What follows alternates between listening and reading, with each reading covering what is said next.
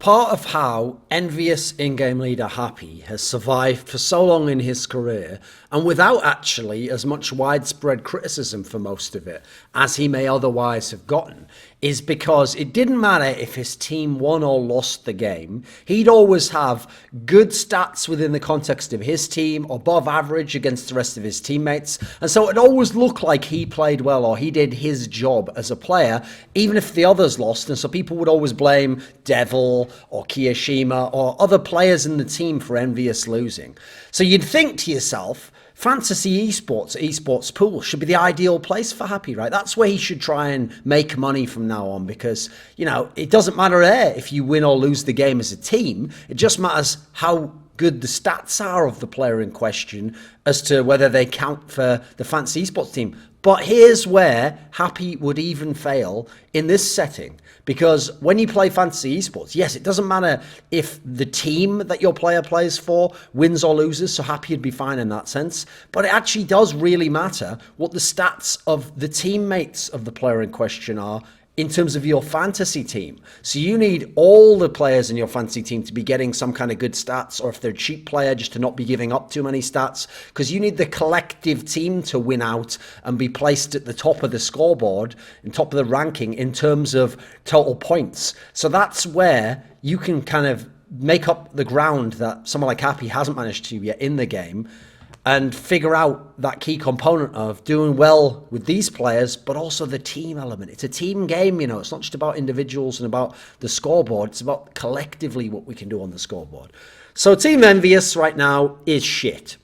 In terms of when they get to LAN and you put them against top 10 level teams, they are a terrible team. Like, they are not in any shape or form close to being ranked top 10. They have been to 9 LANs, because for this video, I'm going to ignore the E-League Premier.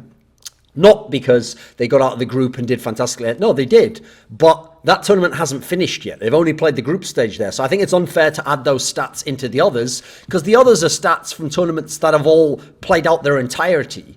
And so we're going to ignore E-League Premier and just count the 9 LANs they've played at. Now, here's what's bizarre about this EnvyUs team. You look at the 9 LANs they've gone to, and not very good placings, some really fucking terrible placings, in fact. And when you look at the entire 9 together, collectively, I think you will be astonished by how terrible a picture it paints.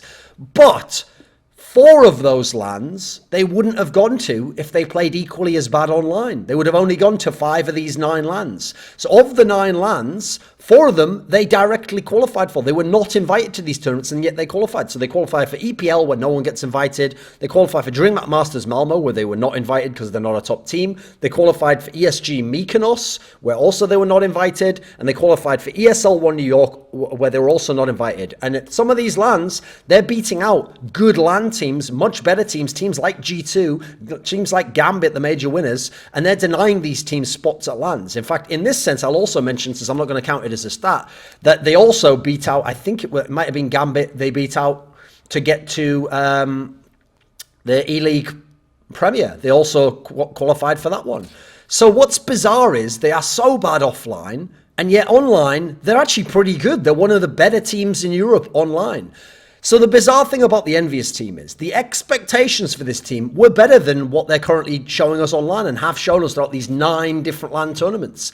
Because when I saw the pieces they got, I was like, okay, yes, G2 is the French super team. G2 got pretty much everything you could want there. But there were some pieces in the EnvyUs team, because they managed to stack all the talents together and they didn't split up as the rumors had been behind the scenes. Like, half of them go over to LDLC and play with Existence, and then EnvyUs, Happy, if he can get EnvyUs to re-up on the contracts, has to make like half new players, half old school players, and he would have been left with a really dodgy bunch of players, like maybe just Scream and let me think, Sixer, and then it would have been a bunch of other players. So yeah, that would have been a pretty bad team. But when I saw they managed to get this team, they made the coup of stealing away RPK, getting XMS from LDLC. I thought, right, you know what? These are the pieces where if this team plays so that all these players play in a role that suits them and they play to the level that I've seen them play in past years, this is a squad that can be a low top 10 team. This could be like 9th, 10th best team in the world.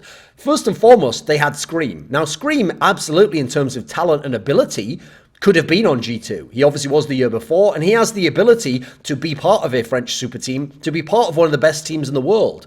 So when he was available, because he didn't fit the roles that G2 wanted, and they had other players playing those roles, he was a world-class player last year, a very, very high-level fragger. So you would hope when you see Scream over here on this lineup, right, well, worst-case scenario, even if other elements of the team fall away, hopefully he can be a Simple, a Nico, an Oscar, these players who can carry above and beyond the capability of their team and their teammates and play world-class Counter-Strike even when their team isn't, and therefore drag you over the line in certain games, put you over the top, sometimes against better squads by having individually great performances. And I have to say, overwhelmingly, Scream has not done that, actually. That is one part of this lineup that never really materialized, was this dominant, consistent carry performance from Scream.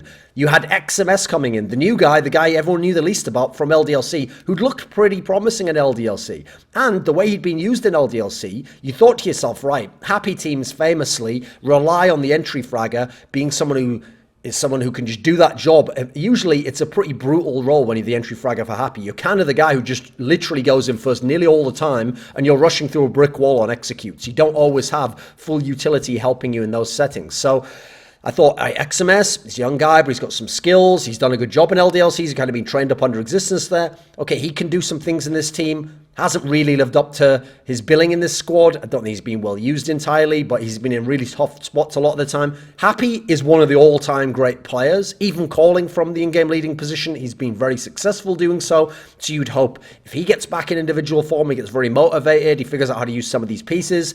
Once he figures out how to use pieces like Scream, like XMS, now you hope it opens up his lurking game. Now he can be dangerous again there, make reads, get his stats that way. And that way he's not just padding stats, he's getting key kills that are making his entries dangerous and then making any rotations difficult for the opposing team. So now they have to make choices of whether they gamble going where Happy can be or whether they go the safe route through the spawn to rotate over to the site. Then you had RPK, who came in last year on off his best year in CSGO, where he'd played a really stable third player role behind the Screams and Shocks crazy star duo, but he'd been really stable, really solid, and he has a lot of experience as a pro. And whereas 2 years ago in Titan, he really was having to be microed by existence because he didn't understand the meta of CSGO. He hadn't played CSGO barely except for at the beginning. So now he's a player who now is self-sufficient. He now understands some elements of the game. That slow style he has no longer is just okay. Now it's actually fairly effective, and he's a pretty efficient player overall. Even though he's never going to be a superstar, he's a pretty efficient player, and in this team has actually ended up shining out as a star player. Even though you'd hope in this team, you'd hope it'd be Scream and Happy would be the stars, and then RPK would be this really solid third player. Now XMS doesn't even have to be a top player. Sixer doesn't have to do much. You start to look at a team that's starting to come together, looking pretty good, right? Sixer was the obvious odd man out in the lineup. He didn't play well in the previous Envious. He hasn't been at the top in CSGO for a long time. For very long, rather. He obviously wasn't a CSGO player in terms of a top player. He was just stuck around lower teams in the French scene. He's definitely never been the player who was in 1.6, who was like actually a star AWPer in French teams and was a pretty decent player on LAN.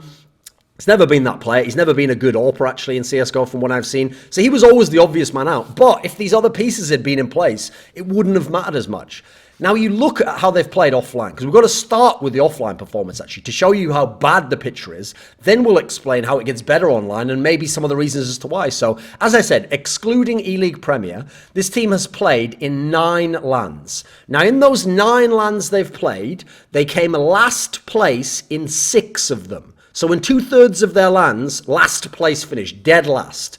So in their first 2 LANs they played, CS Summit, not a very talent-stacked field. It was basically SK, Gambit, really good teams. Then you had Cloud9 with a stand-in, with Swag. Then you had the Optic team that was still a mess. Then you had, like, who else was even there? NIP, but when they still had Freiburg, and they'd just gotten Draken in. And then you had, like, Godsent, which was a total fucking mess. So not a very great field of teams. Last place, first LAN.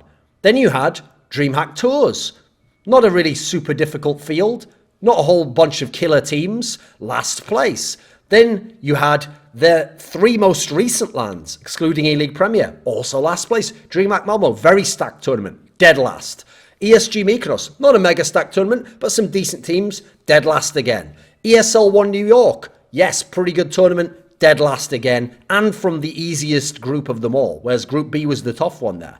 So they're their terrible placings. Now, of their 9 lands, they've managed to finish in the top 4 3 times. And you're thinking, oh, that's not bad then. Yeah, top 4 3 times out of 9. Yeah, it's not great, but what is it? Yeah, here's the problem. Here's the lands that they finished top 4. EU Minor, right? Top 4 already is bad there because thanks to the G2 Envious split, Envious is a major spot that would have been a spot for the qualifier, disappeared and was added to the EU Minor. So as long as you finished at least 3rd in the EU Minor, you qualified for the major qualifier. Envious failed to qualify for essentially the spot they created and finished 4th in the EU Minor, and therefore didn't make it to the major qualifier. So actually 4th is terrible in that LAN. 4th may as well be last place in that LAN. It doesn't mean anything. And the teams that were ahead of them, Dignitas with Fox and Chrome and etc. You know, not a top level team. Penta, okay, decent enough team. And Big, okay, good at this level, but not a world-class team. So 4th place, not acceptable there. That doesn't count as a top 4 in the traditional sense. The other 2 top 4s at smaller DreamHack Open events, which didn't have elite teams there. And even then, there's context that makes the events seem even worse for Envies' performance. So top 4 at DreamHack Valencia was the tournament where they went 5-4 in maps. So they lost 4 maps and won 5. They barely went over 500, a 50% win rate.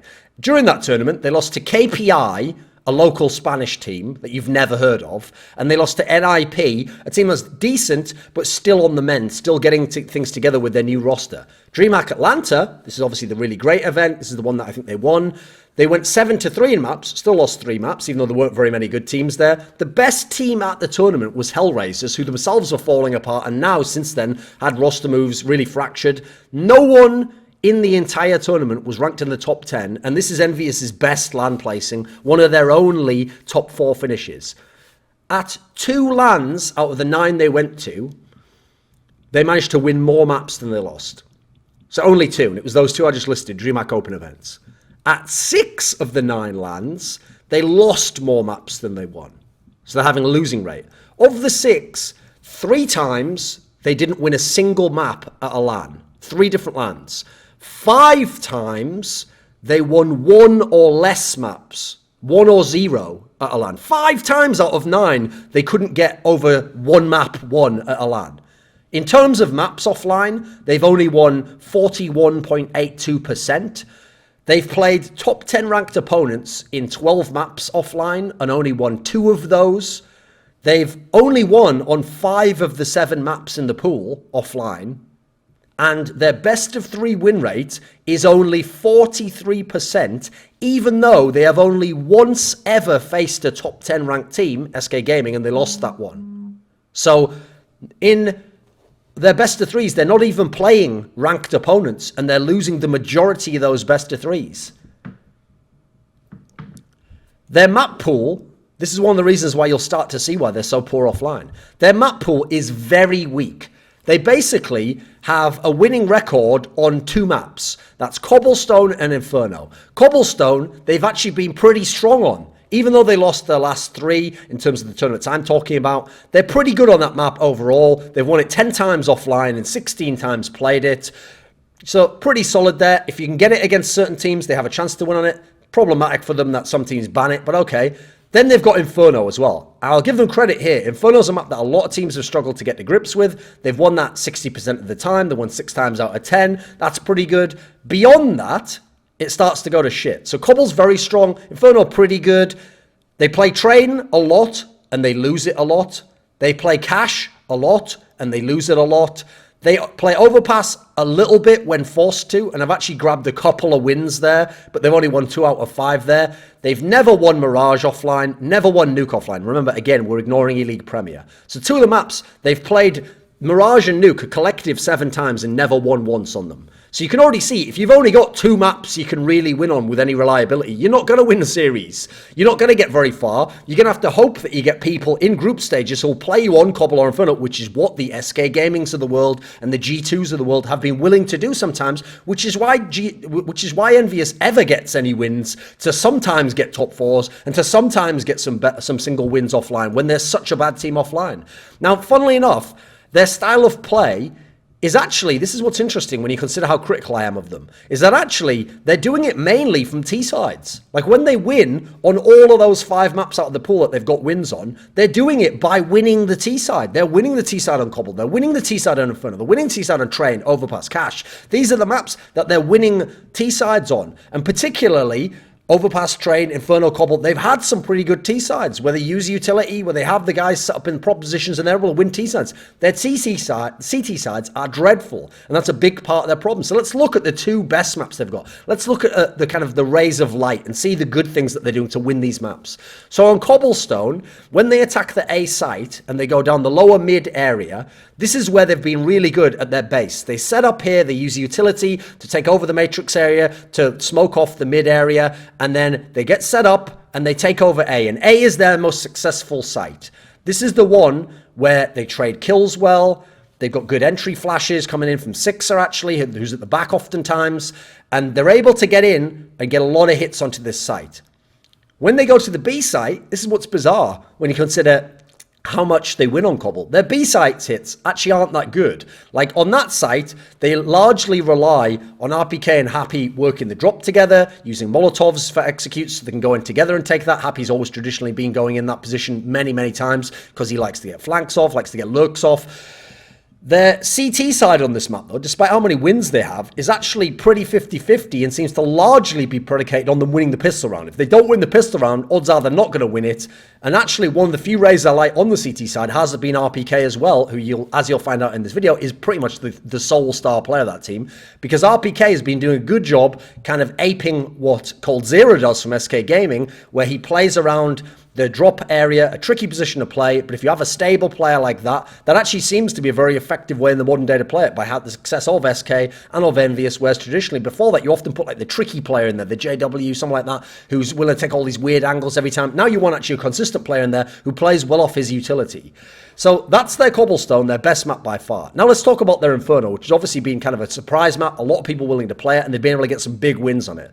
Right? This is a map where actually Happy's lurking style has good impact. He's able to lurk, specifically he likes to lurk when they do a B hit, and he will go up mid when they have mid control secured early. They go back to B, and he likes to go up mid, and he tries to lurk around that arch area because there's so many angles to catch people off, to catch rotators, to get behind the rotators, and either do that and cause damage, or the pressure, the fear that he's doing that, delays people a little bit longer. That's an area where actually his lurking's pretty good. And if you think traditionally about Envious, the old Envious and LDLC lineups used to be pretty good on Inferno, and part of what they used to do on the T side was Happy would lurk around the A site, and then they would roll the death ball, either wrap it onto A or it'd go into B. Now traditionally, yes, he did it more from the get right style. He'd maybe be over near the boiler or in second mid, and that's where he'd like to play off the lurk positions. But first of all, that's because people rotated up the mid a lot more then. And secondly, he had a much better team, so he also didn't have to apply more pressure in that sense. So he's doing a pretty good job in general on this map. Scream, this is one of his best maps actually. He's the guy who can clear top mid and take over the arch, and he takes his aim duels. He has a lot of freedom as to when and how he takes them, and he's able to outskill players there with his AK, therefore saving them the tons of utility that teams like an Astralis or Team Liquid might use to take over that area without having to win a crazy aim duel. So Scream's being pretty effective there. Again, Scream is not a very effective player overall in Envious, is not a star player, so when he's having good impact on this map, you can see why they're able to win the map. They're really good at taking banana control because they can do it with just a Molotov, just a flash if they get the early spawns, which then allows you to do more fakes onto A, which then allows you to fake B but then come back later and go there again. They've got a pretty good flash execute on B, which really helps out XMS, so he's not just going in dry like some of the old Kiyoshima rounds used to feel like, or the old Shocks rounds in LDLC late 2014. Now they have a good flash that XMS seems to be able to work off to get an early kill, to get a kill or two, and get him into the site just off a couple of flashes. And on the CT side, again, it's RPK who's holding them up. He's the guy who locks down the A bomb site, and he's the guy who's putting up the big numbers, and he's the star player, and this is why they're able to win these maps. Notice it's RPK both times on the CT side, and then it's certain players, them having like a site that they can hit, and then making Happy and Scream useful. So, first of all, when you assess the players in Envious, one thing that I thought was quite startling is even though they're losing all their games, everyone on this team dies a lot. Like, they die a lot. They don't seemingly do a lot of saves. They obviously do a lot of force buys at times. And they're not a team who seem to have players where they win the round and yet players are staying alive. So when you have a team where a lot of players are dying a lot, that tells me that actually you're just not as good as a lot of the teams you're playing on the LAN setting. And even the rounds you win, it's costing you a lot of players. So let's start with Scream, because even though he's not the star of this team, he's the biggest name in this team in terms of start-level talents. He has been very underwhelming in his fragging. In the context of who he is and what he's done in past years, and even what he did when he was outside of top French teams, like when he was in the Kingwin team going into G2, he was still a pretty decent fragger then. He does not frag anywhere close to the levels of past years, especially not last year where he was an absolute monster. Even so, because this team is so poor overall, he's still one of the better players in this team. He still has big impact on Inferno. He still helps out with those A hits when he's going on Cobble. So he's still a decent enough player, but he's nowhere close to the talent we remember of yesteryear. And most of his big performances do come in the matches against the Tier 2 and the Tier 3 teams. It's not against the world-class opposition. So Happy is also a huge name in this team. He is fragging much worse than in the past. He's had a lot of bad lands, and in general, once you get past Inferno and Cobble, he's baiting quite a lot. There's a lot of maps where part of why it's not working offline is he's baiting a lot, and he's trying to make all these tricky plays, and they're not working out, and he's not getting the frags, and he's not winning his team rounds, he's not having good impact. Then you go to RPK. Now, traditionally in CSGO, you want RPK to be your third best player. You think of the Titan team when he came back in 2015. They had Kenny S, they had Apex. RPK doing an okay job there. Had to be microed a bit, but it was mainly Apex couldn't be a true second star. Kenny S was incredible. Then you go to when he was in G2 last year. Okay, so in this team, you look at it and you say, right, we got Scream, you got Shocks, incredible players. Yeah, RPK's doing a pretty good job as the third best player. When he's your best player, unless you've got a really talented team in 2 to 5, I'm going to go ahead and say you're not going to be a world-class team. So he has been the best player for this team. Last month or so, he's really gone completely ham. And in general, you look at their big upsets, and he is the one having the big overperformances that are even getting you those big upsets. So he's been the best player for EnvyUs during this lineup's existence. He's been fragging pretty big and fairly consistently within the context of they lose most of their games, most of their series, and they don't actually do very well on LAN. He's had some superstar level games, but there's still not enough to be on the level of the other really good players in the world. And in general, it takes big performances from him, first of all on the CT side to prop them up, and then generally for them to win those big matches, a famous one obviously being the one that he had against SK Gaming on Inferno at the ESL Pro League Season 5 finals. So XMS has flashes of potential, but poor fragging in general on LAN. You look at it, it doesn't seem like as an entry player, he does his job, but except for a couple of maps, he's not able to get those entries as much. In general, he's not getting much beyond that. Now, I'll go into some of this when we talk about how they play online. Last player, Sixer, is easily the worst fragger in the team. He barely ever has good lands in terms of fragging output. He's the AWPer, and yet he's not fragging very well. And one thing I'll say for him is he tends to die a little bit less, but first of all, he's the AWPer, so they tend to save more. And also, he's not exactly going first and being put in these entry situations. So, as I said, they've lost the majority of the maps they've played. They've lost the majority of the best of threes that they've played. They've never won a best of 3 against a top 10 ranked opponent. They only played one ever. It was against SK. They've only won 2 of the 12 maps against top 10 ranked opponents. Those were against Immortals and SK. They've lost to SK twice, they lost to Hellraisers, they've lost to G2 twice, they lost to Fnatic, they've lost to Virtus Pro, they've lost to SK another time, they lost to Na'Vi twice. So they basically lose to pretty much everyone who's top 10 ranked. But now let's go into the online world, because here's what's bizarre about this team. Yes, there are a lot of teams who do good online and then aren't quite as good on LAN. But it's just how good EnvyUs is online. They're pretty good, and then the drop-off is massive when they go to LAN. So you go online, remember what I said before, they can only play 5 of the maps. They can only play Cobble, Inferno, and then they can play a bit of, like, if they have to, they can play some Train, Overpass when forced to, they play some Cash Out willingly. That's the only maps they can play, and they're only really good on Cobble and Inferno. That's it. Well, you go online, and their best map online is Train. This is the one they're winning the most. It's plus 24% in terms of win rate. Yet on LAN, that is a map that they lose routinely, the majority of the time. Online, remember Nuke, the map they'd never won on LAN, excluding E-League Premier. That's one of their best maps online. They are winning 63% of the time online. You go to Cash, a map that they play a lot, but they lose a lot offline. they're plus 31%. They're winning 64% of their cash games. So these 3 maps added into their Infernal Cobblestone, suddenly they have a 5-map map pool where they're winning 5 of the maps online. They've got a good positive win rate on 5 of them. So online, they're looking like a world-class team. Offline, 3 of the 5 maps disappear down a drain. One of them they never win on, and the others just completely fall down and go to like 20 and 30% win rates overall. So Train, Nuke and Cash, a lot better online. That's something to look at immediately, because obviously 2 maps alone online wouldn't get you all these wins in qualifiers and all these upsets in Pro League, because teams would ban their maps against you. Now, in terms of the players when they get online, you also see a drastic difference. Essentially, the entire team has better stats online, in some cases much better stats, except RPK actually. RPK is playing so well offline that actually his online stats are actually a tiny bit worse, but only a tiny bit, and he generally is just as good. Now, here's what's crazy. Remember when I said if you wanted to be like a world-class team, you probably want RPK as like your 3rd best player in terms of, stats and star impact. Online, he is the 3rd best player. That's part of why they're doing so well. Online, it's exactly as I laid it out in the order of the players of by name quality. Scream is their best player online, has really good fragging stats, really good impact and rating. Happy has good stats, has good impact, much better than RPK. RPK is still very solid, similar to what he is offline. XMS is a little bit better. Sixer is a tiny bit better, but it's fairly negligible. So online, you have the setup that you'd want from the names, and they're performing the way they would, and generally the whole team, except RPK, is performing at a higher level. So why is that, though? That's what we've got to really ask ourselves, because you have to ask yourself, why can't it transition offline? First of all, sadly, I have to immediately pop the balloon of hope for, maybe it can happen. They can translate what they're doing online or offline. No.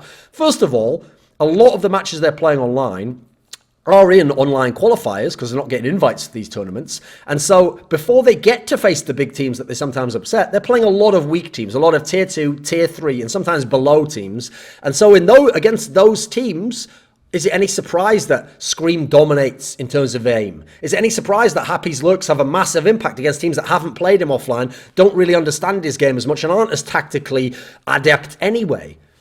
Not really that big a shocker, right? So, first of all, the stats are inflated because they're playing worse teams.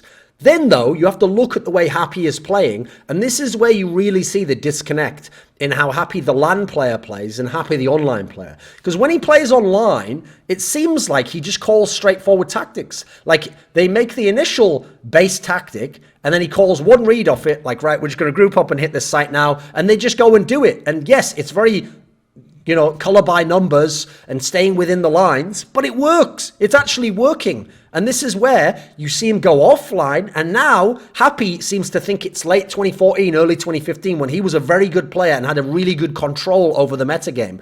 Because you go offline and he seems to be, you do the initial base, but then you don't do anything decisive. He makes a bunch of little individual plays, and he pulls back and he'll bait a certain area, and then he tells people to do fakes certain areas and to push in an area and probe and then come back out again. And he's trying to make all these deep reads on LAN and then calling all these extra plays and trying to make extra plays himself. And these aren't working overwhelmingly, and that's not what they're doing online, and they're having success online. So you actually see on LAN the impact on Happy's own impact on the game, and then his stats are dropping down, and he's just not being a player who's having a positive impact on his team on most of the maps they play. Then you go and look at XMS. XMS is playing worse offline, but he has excuses at least, because first of all, he's the hard first entry most of the time. He doesn't have as much freedom. Players like Happy, like Scream, they have a lot of freedom as to what they do. Happy, entire freedom.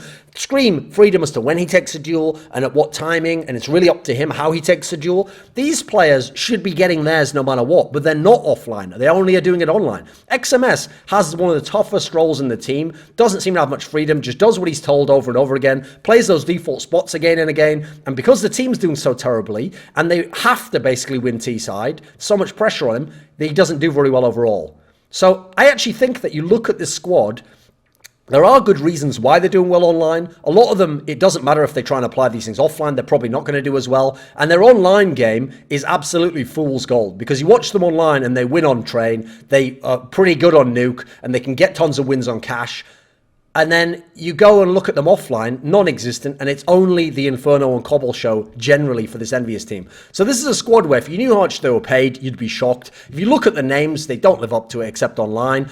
While I can't blame them for cock-blocking tournaments by beating out the better teams online. That's what they are supposed to do. Obviously, they have to try and win the games and they want to qualify for the LANs. Great. It is a sad state of affairs that they're so good online that they do upset these good teams that will be much better on LAN. They make it to the LANs, and then most of the time they come last place. Most of the time they don't win the maps that they play. Most of the time they don't win best of threes, even when they're not even playing against top 10 ranked opponents. EnvyUs is not a very good team.